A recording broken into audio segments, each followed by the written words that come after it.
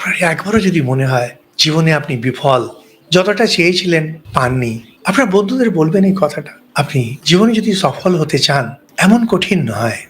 আমরা বলি ভগবানের শরণাপন্ন হ, না ওইভাবে না। উড়ো খই গোবিন্দায় নামা, ওইভাবে না। কারণ শ্রীরামকৃষ্ণ খুব সুন্দর কথা মধ্যে গল্প বলছেন, ওরে পদ শাঁখ বাজিয়ে তুই করলি গোল। গোবিন্দকে যে মন্দিরে প্রতিষ্ঠা করতে হবে, মন্দির পরিষ্কার পরিচ্ছন্ন, হৃদয়ে যদি গোবিন্দকে আনতে হয়, তাহলে সত্য, ধর্ম, হরি, আর্জব, এই কটি গুণ আনা দরকার। আর তাকে যদি যদি আপনার এগুলো নেই, যদি ভক্তি করেন, এই গুণগুলো আপনার এসে যাবে। যেখানে এই গুণের প্রকাশ বুঝবেন, সেখানে ভগবান এসে গেছেন। যদি নাও এসে থাকেন, তাহলে আশার সূচনা। ভগবান যেখানে এসে গেলেন, ইয়ে তো কৃষ্ণ তো জয়। আপনারা এটা নিজের হাতে লিখে নেবেন, যতঃ কৃষ্ণ ততো জয়। ভগবান যেখানে, জয় সেখানে।